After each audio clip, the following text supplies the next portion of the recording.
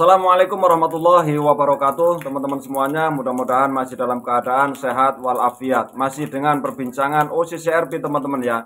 Bagaimana cara OCCRP ini menentukan atau menominasi seseorang menjadi orang yang dinominasikan masuk dalam kategori orang-orang yang terkorup teman-teman ya. Berikut adalah video dari Bocor Alus teman-teman. Atau bahkan dianggap sebagai lembaga yang tidak kredibel lah dan seterusnya gitu. Suka-suka dewe ya. Dan yang menarik Drew cerita. Jadi 3 hari setelah mereka merilis finalis pemimpin terkorup 2024, dia mendapatkan dalam tanda petik serangan ya di media sosial maupun juga email ke tim OCCRP. Ada salah satu email yang memprotes, kenapa Jokowi ini masuk ke dalam finalis, padahal kalian tidak memegang buktinya dan lain-lain. Dan dia juga menyantumkan link berita bahwa Jokowi itu tokoh terbersih, tokoh yang dicintai oleh warganya. Memprotes ke OCCRP. Gitu. Jadi selain yang memprotes, ada juga yang mendukung. Banyak pasti. Jadi banyak juga yang mendukung. Jadi ya Drew sih fine aja ya dengan protes maupun juga dukungan, karena itu kan tahapan penjuriannya juga kan panjang gitu ya, gak sesederhana dalam penjurian yang biasanya kira-kira kayak gitu. Nah tadi kan kita bicara soal partnership, kemitraan kita dengan OCCRP dalam hal liputan-liputan dan kolaborasi jurnalisme investigasi. Gitu. Nah, apakah ini menarik ya? Gue mewakili netizen nih, pertanyaan netizen kan, banyak yang curiga nih, wasangka kepada Tempo. Betul. Jangan-jangan nih motor dari nominasi Jokowi ini Tempo. Itu kan narasi yang mereka ciptakan sendiri, ilusi mereka sendiri. Iya. Nah, Sin, apakah Tempo terlibat khususnya dalam konteks nominasi tokoh terkorup ini, bahwa kalau kita liputan-liputan kolaborasi investigasi kan sebelum ini, tapi apakah dalam konteks nominasi ini kita terlibat? Gue jawab dengan singkat, tidak sama sekali. Jadi begini ceritanya. Jadi waktu publish segala macam itu kan juga kita heboh juga kan di grup-grup WhatsApp internal kan. Nah, ya justru terlambat kan dari pemberitaan dari media lain soal temuan OCCRP ini. Kalah cepat begitu ya. Nah, kita juga kaget, nih kok tiba-tiba barang ini ada aja begitu ya. Padahal seperti tadi Rikang katakan, partnership Tempo dengan OCCRP itu hanya sebatas peliputan saja, sharing data. Misalkan Tempo ada temuan data di Indonesia yang menyangkut link data itu ke negara-negara lain, kita bisa menggunakan jaringannya OCCRP ataupun rekan-rekan mitra media kita di luar negeri begitu ya.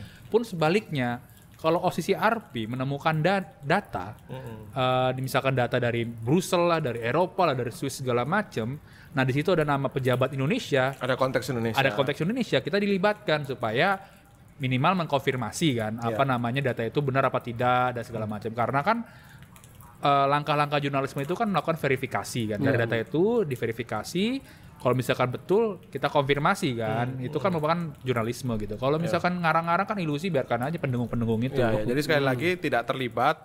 Toh juga Drew, salah satu pendiri OCCRP sudah menjawab dalam wawancara dengan kita bahwa ini adalah nominasi yang terbuka.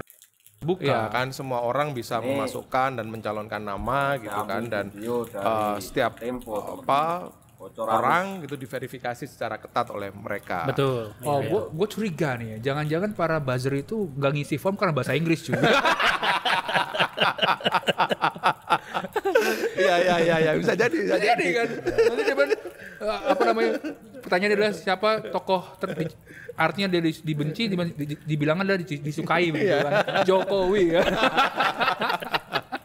Oke. Jadi proses kerjanya seperti itulah ya kira-kira OCCRP. Nah, ngomong-ngomong soal penjurian nih, gimana sih proses di internal mereka untuk menentukan siapa tokoh terkorup atau tokoh yang dipilih dari finalis atau nominasi yang sempat dipublish itu gitu? Ada ceritanya nggak, Wan?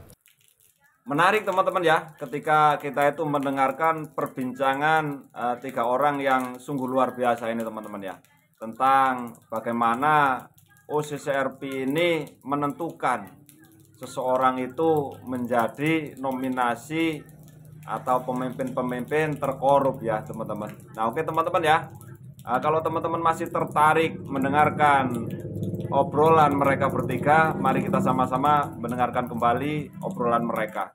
Ya, jadi cerita dari Drew ya, Sulipan kepada kita ya, kepada kami ya maksudnya. Setelah mendapatkan nominasi itu dari 55.000 orang yang berpartisipasi, ada nominasinya kan, kemudian dikasih kepada juri. Ada banyak juri kalau tidak salah, lebih dari 5 orang, dan salah satunya juga Drew menjadi juri. Oke. Nah dari situ selama 13 tahun apa namanya itu proyek ini ya Berjalan ya. berjalan itu mereka juri ini memegang 13 kriteria untuk menentukan siapa pemimpin paling korup di tahun itu gitu. Apa itu 13 kriterianya itu? Salah satunya adalah dia tokoh terkorup, terbukti korupsi, kemudian terbukti melakukan genosida, lalu kemudian melemahkan demokrasi. Nah dari situ dipilihlah akhirnya mengerucut ke Bashar al-Assad gitu, karena mereka memegang bukti dan lain-lain. Lalu kenapa Jokowi ini juga masuk finalis? Cerita Drew kepada Tempo, kami ya, kepada Tempo, karena juri juga bersepakat dengan apa yang dicantumkan oleh para ini apa namanya partisipan ya, bahwa Ini menarik Jokowi ya, ini perbincangan dianggap di melemahkan Tempo-nya, KPK, lalu juga menukuk hukum untuk meloloskan anaknya untuk menjadi calon wakil presiden. Jadi sehingga Jokowi lah masuk menjadi finalis. Gitu. Jadi frasa korup itu kan bukan lu nyopet duit gitu kan. Tapi banyak banyak faktor Banyak juga. definisi lah ya, Banyak luas. definisi. Ya Betul. karena misalkan tadi apa KPK dampaknya adalah KPK dilemahkan, menekuk hukum dampaknya hukum nggak adil, lalu anaknya yang waktu itu batas usianya belum cukup umur bisa maju sebagai wakil presiden. Gitu. Dan mungkin perlu dijelaskan juga karena dalam nominasi itu sebenarnya adalah yang kita bahas di awal tadi.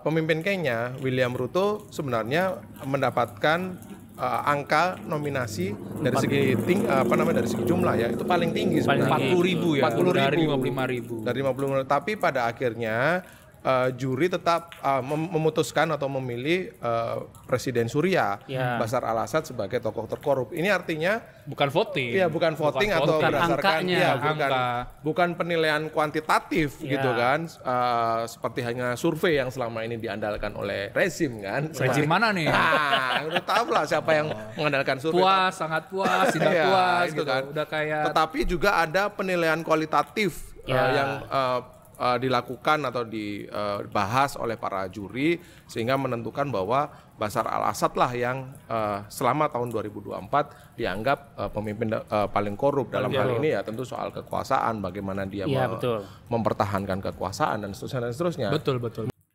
Oke Bolo, itulah tadi perbincangan di Tempo ya, bocor alus. Ya wajar ketika seseorang pemimpin itu mereka itu dikritik, mereka itu mendapat sorotan, pandangan dari masyarakat, pandangan dari media, itu sudah menjadi resiko teman-teman ya.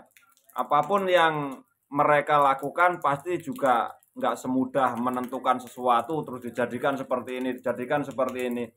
Kalau menurut saya mereka juga pasti menelusuri lah ya, nggak mungkin ujuk-ujuk mereka itu menentukan dan dimasukkan dalam nominasi yang cukup luar biasa ini teman-teman. Apalagi ini termasuk apa ya, mungkin bisa masuk nama baik seseorang.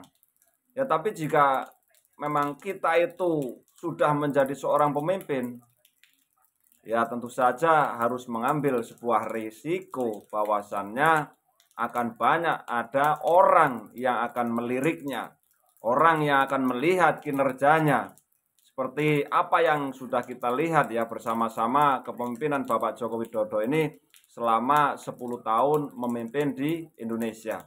Nah pasti ya selama Pak Jokowi ini memimpin 10 tahun di negara kita, ya pasti Pak Jokowi mendapat banyak sekali sorotan dari media, ya khususnya media yang ada di Indonesia karena seorang presiden. Dan tidak luput Pak Jokowi itu ya pasti mendapatkan sorotan-sorotan dari media internasional. Ya, yang namanya juga pemimpin negara, hubungannya itu juga lintas negara, tidak hanya mengurusi yang ada di negara Indonesia. Oke teman-teman ya, semoga kita semuanya dalam keadaan sehat walafiat. Terima kasih telah menonton video-video dari kami. Mudah-mudahan teman-teman semuanya, keluarganya dijaga kesehatannya, diberikan kemudahan segala sesuatu urusan oleh Tuhan Yang Maha Esa, Allah Subhanahu wa Ta'ala. Terima kasih. Mohon maaf kalau ada salah kata. Wassalamualaikum warahmatullahi wabarakatuh.